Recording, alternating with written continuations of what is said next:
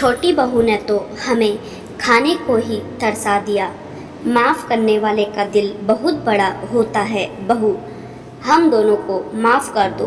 हम लोगों ने तुम्हारा बहुत दिल दुखाया, इसके लिए तो ईश्वर भी हमें माफ़ नहीं करेगा। कहते हुए गोदावरी जी और दयाल जी की आंखें झुकी हुई थी। पहले घर चलकर आप लोग कुछ खा पी लीजिए, फिर आराम से बातें करते हैं।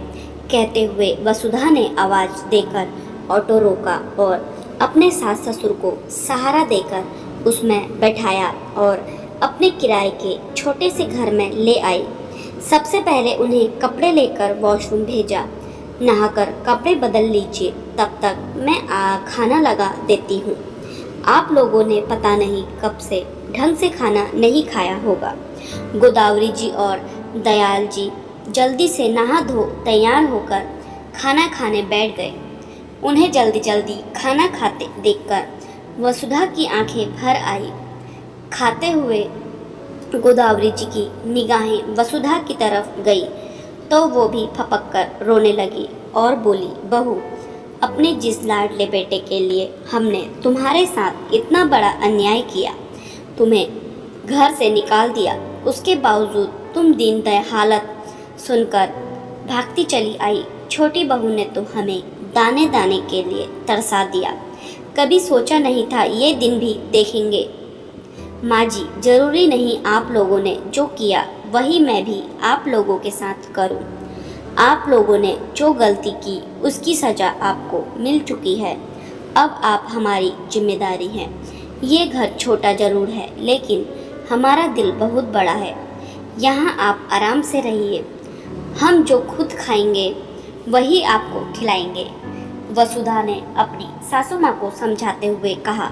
दयाल जी और गोदावरी जी के 3 बेटे माधव, केशव और राघव थे, जिसमें माधव अपने माता पिता दयाल जी के साथ दुकान पर बैठता था। उसके परिवार में उसकी पत्नी वसुधा, 2 प्यारी सी बेटियां छन और चहक थी। मंझला बेटा केशव अपने परिवार के साथ बाहर रहता था। सबसे छोटा राघव माता पिता का दुलारा था। जब तक उसकी शादी नहीं हुई तब तक गोदावरी जी उसकी वजह से वसुधा का जीना मुश्किल किए रहते और वो खुद भी वसुधा की हर बात में ढूंढकर नींद में निकालता और भाभी के खिलाफ अपनी माँ के कान भरता रहता था। उसका मन ना तो पढ़ने लिखने में लगता और ना ही दुकान पर बैठना चाहता था। जैसे तैसे उसकी शादी हुई। उसकी पत्नी रीना उससे भी 4 कदम आगे थी।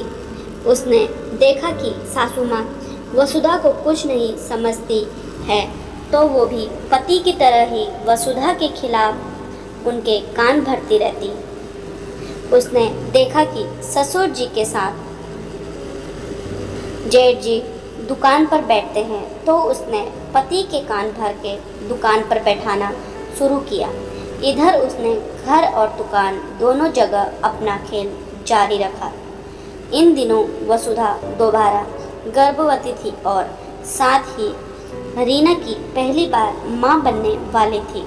समय के साथ वसुधा के दूसरी बेटी हुई और रीना को बेटा हुआ। अब तो घर में वसुधा की स्थिति और भी गिर गई। रीना तो पहले से ही सास की सर चढ़ी थी, अब बेटा हो जाने से तो उसकी कीमत और भी ज़्यादा बढ़ गई।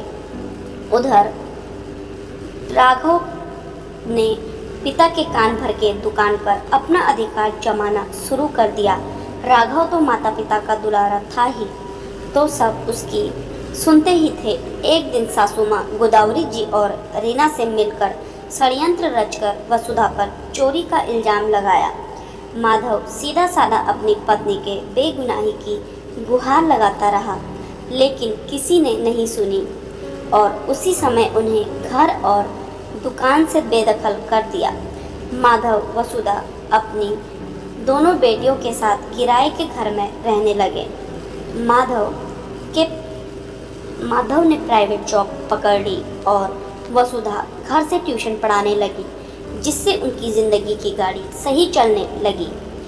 इधर अपने छोटे बेटे राघव और उसकी पत्नी के कहने में आकर गोदावरी जी ने अपने बड़े बेटे बहू को घर से निकाल दिया था।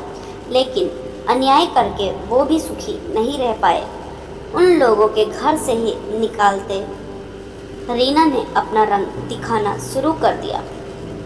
उसने ससुर जी को भी दुकान से ये कहकर हटा दिया कि आपका शरीर थक गया है, आप घर बैठिए। वो दुकान का सामान और पैसा अपने मायके भेजती रही। गोदावरी जी और दयाल जी सब कुछ देख सुनकर भी कुछ नहीं कर पा रहे थे। राघव दुकान चला जाता और सास ससुर को ताले में बंद करके अपने बेटे को लेकर मायके चली जाती। यहाँ तक कि रसोई घर, भंडार घर सब जगह ताला लगाकर जाती। वो दोनों बेचारे भूखे प्यासे घर में बंद रहते। एक दिन मौका पाकर उन्होंने एक पड़ोसी के द्वारा अपने संदेश अपने बड़े बेटे बहू को भिजवाया। वसुधा ने जैसे ही सुना, अपनी दोनों बच्चों को मकान मालकिन के पास छोड़कर भागती चली आई। माधव उस समय ऑफिस में था।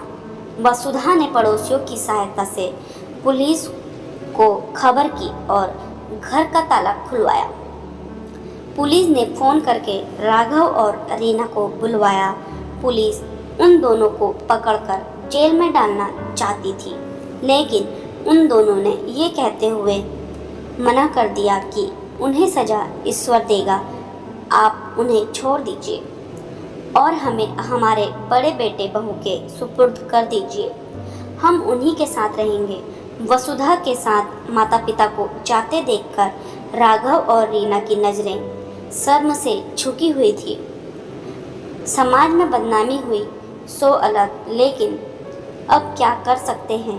लालच के वशीभूत होकर पहले अपने भाई भाभी के साथ अन्याय किया और अब अपने माता पिता के साथ इतना घृणित कृत्य किया। उन्हें भूखा प्यासा घर में बंद करके रखा। उनकी सज़ा उन्हें माता पिता ने ना देकर ईश्वर पर छोड़ दिया। वसुधा उन्हें लेकर अपने घर चली आई। एक शाम को माधव के घर अपने घर आने पर उसे पूरे घटनाक्रम से अवगत कराया तो उसने भी पुरानी किसी बात को याद न करते हुए अपने माता पिता को आश्वासन दिया, आपको किसी बात की चिंता करने की ज़रूरत नहीं है।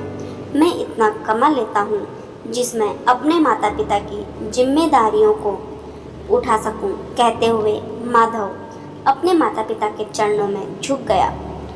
वसुधा माधव के साथ साथ दोनों बच्चियां भी अपने दादी बाबा को देखकर बेहद खुश थी। गोदावरी जी और दयाल जी उन्हें आज अपने बड़े बेटे बहू की कीमत समझ आ गई। आपको कहानी कैसी लगी कमेंट बॉक्स में कमेंट करके ज़रूर बताएं और हमारे चैनल पर नए हैं तो चैनल को लाइक शेयर सब्सक्राइब करना ना भूलें। धन्यवाद।